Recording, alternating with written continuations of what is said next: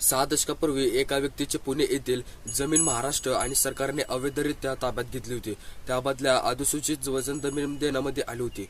मालकाची जमीन गमावल्यामुळे व्यक्तीला योग्य ती भरपाई न दिल्यामुळे लाडकी बहीण, लाडकी सून यासारख्या सर्व योजना बंद करण्याचा बेकायदेशीरपणा, संपादित केलेल्या जमिनीवर बांधण्यात आलेल्या सर्व इमारती तोडण्यात आदेश देऊ अशी सक्त ताकीद सर्वोच्च न्यायालयाने देत महाराष्ट्र सरकारला मंगळवारी फटकावले होते. तसेच भूषण गवई आणि के.व्ही. विश्वनाथ यांच्या खंडपीठाने म्हटले होते की जमीन गमावलेल्या व्यक्तीला महाराष्ट्र सरकारने योग्य ती भरपाई दिली नाही तर ती जमीन सरकारने सर्व इमारती व मग देशाच्या सार्वजनिक वापराच्या दृष्टीने कितीही उपयुक्त असले तरी ते तोडण्याचा आदेश 1963 सालापासून महाराष्ट्र सरकारने या जमिनीचा अवैधरित्या वापर केला होता.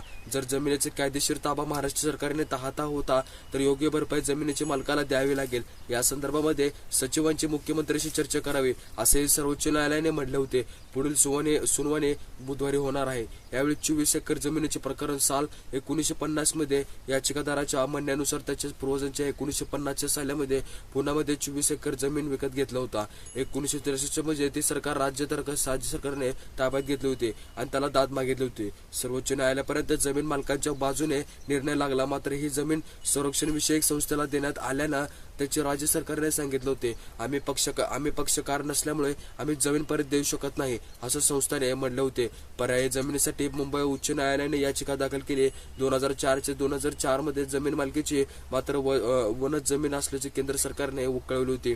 मूळ मालकाला 37.42 कोटी रुपयांची भरपाई तयारी महाराष्ट्र सरकारने मंगळवारी दर्शवली होती.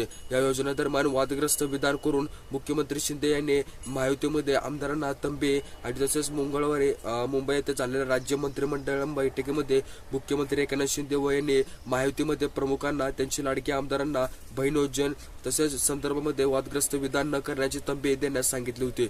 मंत्रिमंडळ बैठकीमध्ये योजनेचा आढावा घेताना भाजपचे पाठिंबा दिलेले बंडेराचे अपक्ष आमदार रवी राणा तसेच शिंदेचे कोरेगाव आमदार महेश शिंदे यांनी यावेळी दिले गेले होते. तसेच दिलेल्या भावबीज कधीही मित्रांनो असं होत असताना परत घेतली जात नाही. राज्याच्या क्षमतेनुसार बहिणीच्या संसाराला आम्ही हातभार लावतोय. बहिणीचं प्रेम कुणीच विकत घेऊ शकत नाही. महिला बहिणींना मिळणाऱ्या 1500 रुपयांच्या या सर्व गोष्टींचे अनुदानापासून आधार मिळणार आहेत. देवेंद्र फडणवीस उपमुख्यमंत्री असं सर्वजण महिलांनी म्हणले होते. गरीबाला केंद्रबंधू म्हणून योजना राबवण्याचा निर्धार महायुतीने केला होता. लाडक्या बहीण कुठलीही शंका मनात ठेवू नये असं अजित पवार उपमुख्यमंत्री असं सर्वजण म्हणले होते. यावेळी असं सर्व गोष्टी होत असताना तर तुम्हाला मित्रांनो ही व्हिडिओ पाहून तुम्हाला मनामध्ये गोष्टी सर्व जाणून घ्यायचं असेल त्यामुळे मला कमेंट बॉक्समध्ये कळवा. व्हिडिओ कसा वाटला, व्हिडिओ आवडल्यास व्हिडिओ लाईक करायला अजिबात विसरू नका. भेटू अशा एका नवीन व्हिडिओमध्ये. तोपर्यंत बाय.